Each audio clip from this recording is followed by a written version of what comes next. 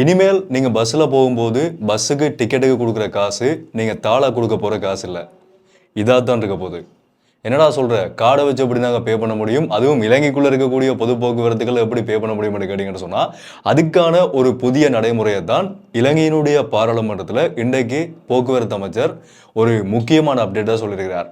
அது எப்படி நடைமுறைப்படுத்தப்பட போது, அதோட தொடர்புடைய சில முக்கியமான விடயங்களையும், அதோடு சேர்த்து இன்னொரு விடயம் என்னென்னு சொன்னால், அடுத்த 72 மணி நேரத்தில் துப்பாக்கி சூடு சம்பவம் நடக்க போகுதுன்னு சொல்லி இன்டெலிஜென்ஸ் ரிப்போர்ட் புலனாய்வு பிரிவினரால ஒரு நம்ப தகுந்த தகவல் வெளியாகி இருக்குது. அதுவும் முக்கியமான 11 பேர் மேல அந்த சம்பவம் அங்க நடக்க போது. அதோட கடைசியா இன்னொரு மிக மிக முக்கியமான விடயம், இது ரெண்டை விட அதுதான் முக்கியமானது.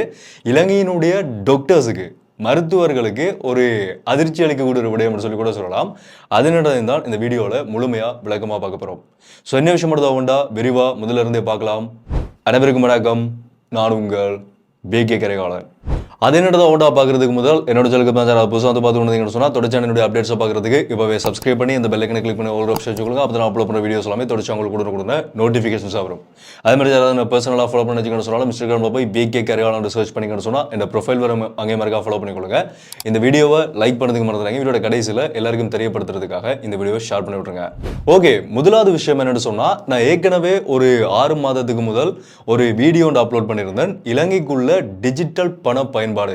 இப்போ நாங்கள் பயன்படுத்தக்கூடிய இந்த தாழ் பணங்கள் இல்லாமல் டிஜிட்டல் பணம், நாங்கள் QR கோடில் பே பண்ணுறது, இல்லாட்டி ஃபோனில் இருக்கக்கூடிய இலங்கைக்குள்ள அறிமுகப்படுத்தப்பட்ட ஆப்ஸ் எல்லாம் இருக்குது தானே, இலங்கையுடைய அரசாங்கத்தில் அறிமுகப்படுத்தப்பட்ட ஆப்ஸ், அந்த மாதிரியான இந்தியாவில் பயன்படுத்தப்படுற மாதிரி இந்த ஜிபே மாதிரியான ஆப்ஸ் மூலமாக பணத்தை நாங்கள் பயன்படுத்துறதுக்கான செயல்பாடுகள் இலங்கைக்குள்ள இன்னும் ஒரு சில வருடங்களில் வரும்னு சொல்லி அந்த வீடியோவில் சொல்லியிருந்தேன். அது எப்படியெல்லாம் நடக்க போகுதுன்றது தொடர்பாக முழுமையான ஒரு டீட்டெயிலான வீடியோவாக அந்த வீடியோவில் நான் எல்லாமே சொல்லியிருந்தேன். அந்த செயல்பாடுகளுக்கான ஒவ்வொரு கட்டமான செயல்பாடுகள், அந்த டிஜிட்டல் பண பரிமாற்ற முறைமையை நோக்கி போகிறதுக்கான செயல்பாடுகளை தான் இப்போ இருக்கக்கூடிய புதிய அரசாங்கம் ஒவ்வொன்றா முன்னெடுக்க ஆரம்பிச்சிருக்கிறார்கள். ஏற்கனவே ஜனாதிபதி ஒராகல் நிறுவனத்தோட நடத்தின அந்த ஒரு சந்திப்பில் கூட இதை பற்றி தான் கழிச்சிருந்தார். ஸோ அந்த அடிப்படையில் இலங்கை பாராளுமன்ற அமைச்சர், அதாவது போக்குவரத்து அமைச்சராக இருக்கிற பிமல் ரட்நாயக் அவர்கள் பாராளுமன்றத்தில் என்ன சொல்லியிருக்கிறார் சொன்னா, நவம்பர் 24ஆம் தேதியிலிருந்து இலங்கையினுடைய பொது போக்குவரத்துகள்ல, பேருந்துகள்ல நாங்க டிக்கெட் எடுக்கிறதுக்காக கொடுக்கக்கூடிய பணம் இனிமேல் தாழ் பணத்தை நாங்க கொடுக்க தேவையில்லை. இந்த கிரெடிட் அல்லது டெபிட் கார்டை பயன்படுத்தியே நாங்க பணத்தை அந்த டிக்கெட்ஸுக்காக கொடுக்கலாம்னு சொல்லி ஒரு முக்கியமான விடயத்தை ஒரு அப்டேட்டாக சொல்லியிருக்கிறார். நவம்பர் 24ஆம் தேதியிலிருந்து இலங்கைக்குள்ள இந்த செயல்பாடுகள் நடைமுறைப்படுத்தப்படும். சாதாரணமாக நாங்கள் பஸ்ஸில் போகும்போது இந்த டிக்கெட் எங்களுக்கு அந்த டைப் பண்ணி ஒரு மெஷினில் கையில் வச்சுக்கொண்டு கண்டக்டர்ஸ் டைப் பண்ணி ஒரு டிக்கெட் தெரியணும் தானே, அந்த மாதிரியான மெஷின்ஸில் நாங்கள் டப் பண்ணுறது மூலமாக இல்லாட்டி ஸ்வைப் பண்ணுறதன் மூலமாக கிரெடிட் அல்லது டெபிட் கார்டை பயன்படுத்தி டிக்கெட்டை பெற்றுக்கொள்ளலாம். அப்படி இல்லைன்னு சொன்னால் ஏனைய செயல்பாடுகள் மூலமாக இந்த பொது போக்குவரத்துகளை நவீனமயப்படுத்தி பயணிகளினுடைய போக்குவரத்தை இலகுபடுத்துகிற செயல்பாடுகளுக்காக தான் இந்த நடைமுறைகள் இப்போ ஆரம்பிக்கப்பட்டிருக்குது. தொடர்ச்சியான போக்குவரத்தினுடைய நவீனமயப்படுத்தல் மூலமாக இன்னும் ஒரு அட்வான்ஸான, இப்போ இந்தியாவில் இருக்கக்கூடிய மாதிரி, இந்தியாவினுடைய மும்பையில் நான் பார்த்துருக்கேன் இந்த மாதிரி டப் பண்ணுற ஆப்ஷன்ஸ். அதே மாதிரி வெளிநாடுகளில் பார்க்க போனோம்னு சொன்னால், நாங்கள் பஸ்ஸில் அந்த வாசலில் ஏறும்போதே அங்கே ஒரு மெஷின் ஒன்று இருக்கும். அந்த மெஷினில் ஒரு மெக்கானிசம் அதில் இருக்கும். அதில் நாங்கள் டப் பண்ண மட்டும் சொன்னாலே காசு வந்து பே ஆகிரும். அந்த மாதிரியான சிஸ்டம் கொண்டு வரதுக்கான செயல்பாடுகள் எதிர்காலத்தில் நடக்கும்ன்ற மாதிரியும் ஒரு விடயத்தை சொல்லியிருக்கிறார். முதலாவது எங்கள் நாட்டுக்குள்ளே இருக்கிற இந்த பழைய பஸ் எல்லாத்தையுமே மாற்றணும். அதுதான் மிக முக்கியமான ஒன்று. உண்மையை சொல்ல போனால் வீதி விபத்துகளுக்கு காரணமான முக்கியமான இடங்களில் இந்த பழைய பேருந்துகள்லாம் ஒரு காரணமாகவும் இருக்குது. எதுவுமே சீர் செய்யப்படாம அந்த பேருந்துல பிரேக் சரியா இருக்காது, டயர் சரியா இருக்காது, ஆயில் மாற்றப்பட்டிருக்காது. இந்த மாதிரியான பிரச்சனைகள் காரணமாகவும் விபத்துகள் நடக்குதுன்றதையும் நாங்க கட்டாயமா பார்க்க வேண்டிய ஒரு விஷயம். ஸோ இந்த நடைமுறை நவம்பர் 24ஆம் தேதியிலிருந்து இலங்கைக்குள்ள நடைமுறைப்படுத்தப்பட போது பொறுத்திருந்து பார்க்கலாம் அது எப்படி ஒர்க் ஆகுதுன்றத. இது வந்து முதலாவது விடயம். ரெண்டாவது, இன்னொரு முக்கியமான ஒரு அதிர்ச்சிகரமான விஷயம் என்னன்னு சொன்னா, இலங்கையினுடைய புலனாய்வு பிரிவினரால, இன்டெலிஜென்ஸால வெளியிடப்பட்டிருக்கக்கூடிய ஒரு ரிப்போர்ட்ல அடுத்து வரப்போற 72 மணி நேரத்துல 11 பேர் மேல துப்பாக்கி சூடு நடத்துறதுக்கான வாய்ப்பு இருக்கிறதா ஒரு அதிர்ச்சிகரமான தகவல் இப்ப செய்திகள்ல வெளியாகி இருக்குது. அது எப்படின்னு சொன்னா, எந்த இடங்கள்லன்னு சொன்னா, தென் மாகாணத்திட கந்தர என்ற ஒரு பகுதியில தான் ஒரு 11 பேர் மேல இந்த துப்பாக்கி சூடு சம்பவம் நடக்கிறதுக்கான வாய்ப்பு இருக்கிறதா நம்பத்தகுந்த புலனாய்வு தகவல்களின்படி இந்த செய்தி இப்ப வெளியாக இருக்குது. அது நடத்த போறதா சொல்லப்பட்டிருக்கக்கூடிய நபர் யாருன்னு சொன்னா, அதே கந்தர பகுதியை சேர்ந்த தெஹிபாலே என்று சொல்லப்படுற ஒரு இந்த பாதல் அளவுகளோட தொடர்புடைய ஒரு நபர். இந்த போதைப் பொருள் கடத்தல்கள், இந்த கொலைகள், இதோட எல்லாம் தொடர்புடைய ஒரு நபர். ஆனா அவர் வந்து இப்ப அந்த கந்தர பகுதியில இல்ல, அந்த பகுதியை சேர்ந்தவர் இப்ப எங்க இருப்பார், துபாயில் இருக்கிறார். இலங்கைக்குள்ள இருக்கக்கூடிய பாதி குற்ற செயல்களோட தொடர்புடைய நபர்கள் துபாயில் தான் இருக்கிறார்கள்ன்றது எல்லாருக்குமே தெரியும். மத்திய கிழக்கு நாடுகளில் இவரும் துபாயில் இருந்து கொண்டு தான் இந்த திட்டத்தை செயல்படுத்த போறதா ஒரு விடயம் இப்போ வெளியாக இருக்குது. இதுல இன்னொரு விடயம் என்னன்னு சொன்னா, இந்த கந்தர பகுதியில் ஒரு 7 மாதங்களுக்கு முதல் ஏற்கனவே நடந்த ஒரு கொலையில அந்த இடத்துல கொலை செய்யப்பட்ட யோமேஸ் என்று சொல்லப்படுற ஒரு நபரினுடைய ஒரு சகோதரன், அவருடைய அண்ணாண்டு சொல்லப்படுற ஒருத்தர், இப்ப அவர் அங்குனுகொல பெலச என்ற ஒரு அதி பாதுகாப்பு சிறையில இருந்த நிலையில 12ஆம் தேதி அவர் மேல கழுத்தை வெட்டி கொலை செய்யறதுக்கான ஒரு முயற்சி நடந்திருக்குது. அந்த முயற்சி சரியான முறையில் முடியலை.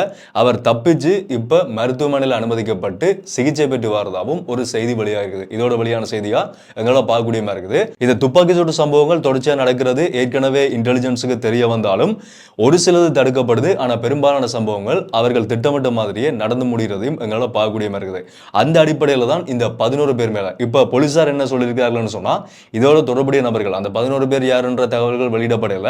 ஆனா அந்த 11 பேருக்கும் தனிப்பட்ட ரீதியில் அவர்களுக்கான ஒரு எச்சரிக்கை விடுக்கப்பட்டிருக்கின்ற மாதிரி, அவர்களை வெளியில வராதீங்க, பாதுகாப்பா இருக்கின்ற மாதிரி எச்சரிக்கை விடுக்கப்பட்டிருக்கின்ற சொல்லி போலீசாரால இந்த ஒரு விடயம் இப்ப வெளிப்படுத்தப்படுகிறது. இந்த போதைப் பொருளோட தொடர்புடைய இன்னொரு முக்கியமான ஒரு அப்டேட்டும் இருக்குது. அது என்னன்னு சொன்னா, ஏற்கனவே இந்த கிரிந்த பகுதியில் ஹம்பாந்தோட்டையினுடைய கிரிந்த பகுதியில் கைப்பற்றப்பட்ட அந்த 345 கிலோகிராம் ஐஸ் போதைப்பொருள் இருக்கு தானே, ஒரு புதிய இன்னொரு ஒரு மாஃபியா மாதிரி ஒரு முக்கியமான போதைப்பொருள் குழுவோட தொடர்புடைய நபர் ஒருத்தர் இதுக்காக அடையாளம் காணப்பட்டிருந்தார்.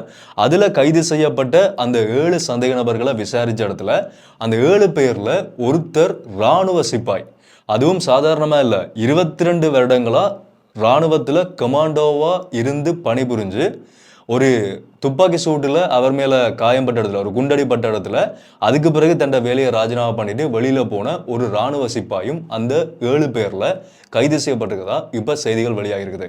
அவருக்கு இருந்த சொத்துக்கள் எவ்வளோன்னு சொன்னால், அவருடைய சொத்துக்கள் தொடர்பான விவரங்கள் எல்லாமே தேடிக்கொண்டு போகும்போது போலீஸாருக்கு கிடைத்த சொத்துக்கள் எவ்வளோன்னு சொன்னால், பொருளை பகுதியில் ஒரு 3 மாடி வீடும், அந்த 3 மாடி வீட்டுக்கு பக்கத்தில் இன்னொன்று கட்டப்பட்டு கொண்டிருக்கக்கூடிய ஒரு 4 மாடி வீடும் அவருக்கு சொந்தமானதாக இருந்திருக்குது. அதை தாண்டி அவருடைய மனைவியோட அக்கௌண்ட்ல வந்து 1 கோடி ரூபாய் பணம் இருந்ததையும் விசாரணைகளில் போலீசார் கண்டுபிடிச்சிருக்கிறார்கள்.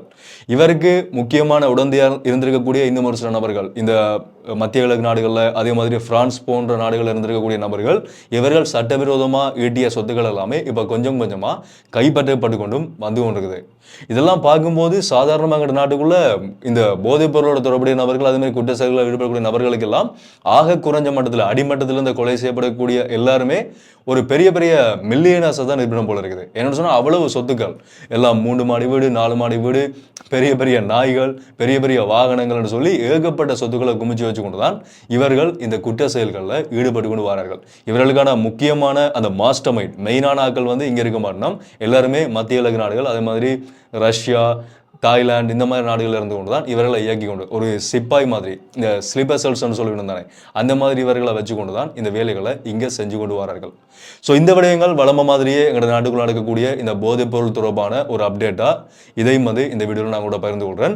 அடுத்த கடைசி நாம் மிக முக்கியமான ஒரு விடயம், இதுதான் முக்கியமானதுன்னு சொன்ன ஒரு விடயம் என்னன்னு சொன்னா, எங்கட நாட்டில் நாங்கள் மருத்துவமனைகளுக்கு போகும்போது, ஹாஸ்பிட்டல் போகும்போது டாக்டர்ஸால ஒரு சீட் ஒன்று வெளியே தரப்படும் தானே, உங்களுக்கு என்னென்ன நோய்கள் இருக்குது, இதுக்காக நீங்கள் எவ்வளவு மருந்து எடுக்கணும், இந்தந்த மருந்துகளை தான் நீங்கள் எடுக்கணும்னு சொல்லி ஒரு சீட் ஒன்று வெளியே தரப்படும்.